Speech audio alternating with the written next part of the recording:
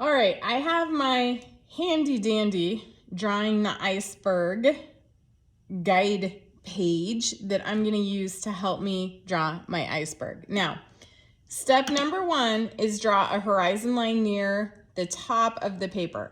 So I'm gonna do about 4 fingers. I'm gonna take my ruler and I'm gonna line it up right about there. Okay, and then all I'm gonna do is I'm gonna draw a line straight across my paper. A horizon line is where the sky meets the earth, or in this case, where the sky meets the water. Step 1, boom, done. Step 2, above the horizon line, draw a jagged line for the tip of the iceberg. You are using straight, diagonal, bent lines. You're not using curved lines. Everything has to be a diagonal or straight. So here's what I mean. So the tip of my iceberg, I'm gonna start with a straight, diagonal, maybe I'll go diagonal this way. There's really no wrong way to do this. Just don't use curvy lines. If I went like that, that's a curvy line. That is not what we want. That's kind of the only wrong way to do this. So just don't make any curvy lines. I'm gonna keep making straight, diagonal, and bent lines. Okay, step 2 is done. I have the tip of my iceberg. Step 3, below the horizon line, remember this is the horizon line, draw a jagged line for the bottom of the iceberg. No curved lines, straight or diagonal. So this time I'm gonna go in, I'm gonna go back out.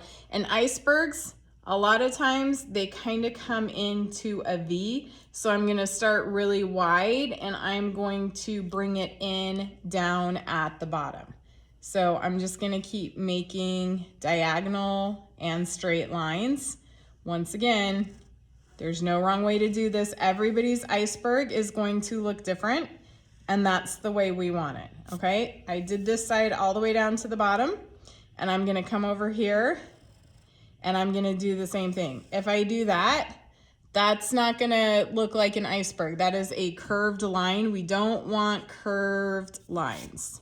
So I'm gonna do a diagonal, big, small, mix them up, and then I'm gonna come together kind of at this point on the bottom, okay? We've already done step 3.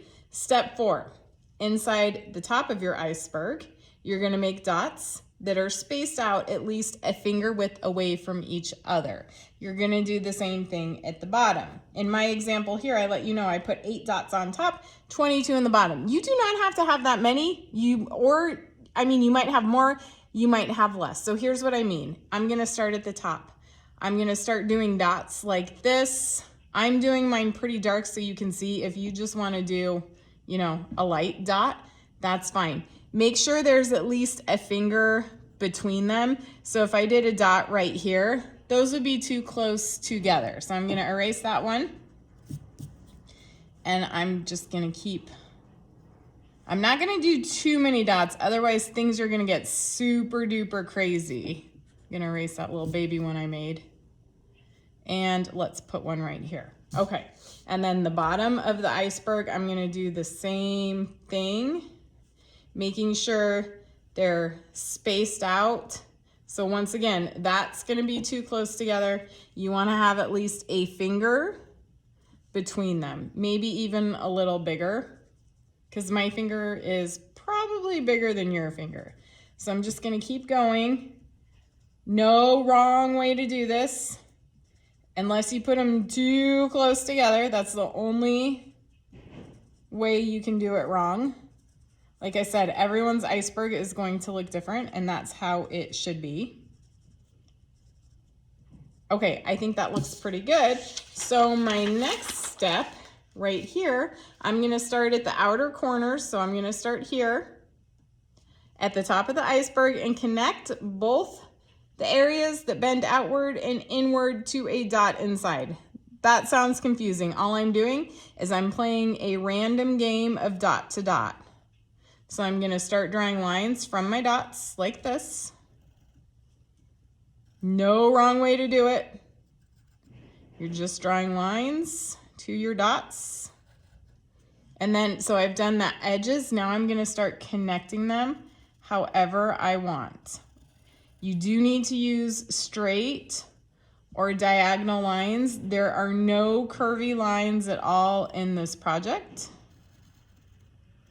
So make sure you're using straight. And so I'm gonna go below the horizon line here to connect these.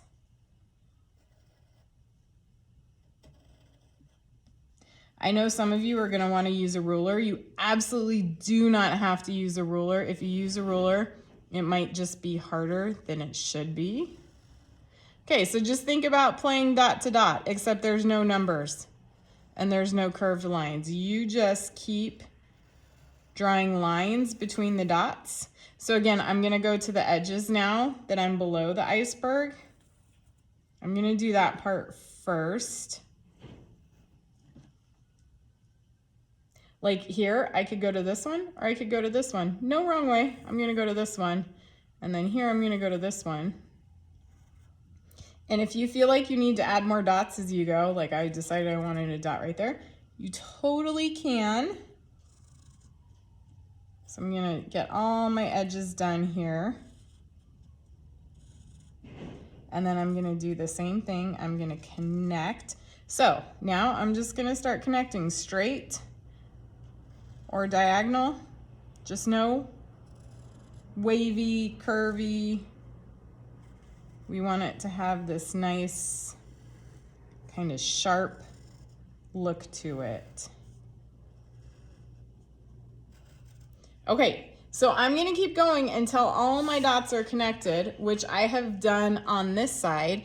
And then your next step is to take your handy dandy Sharpie and you are going to outline so that when we paint it, we have this nice black outline. And you're gonna go over every single pencil line, every single one, until your paper looks like this.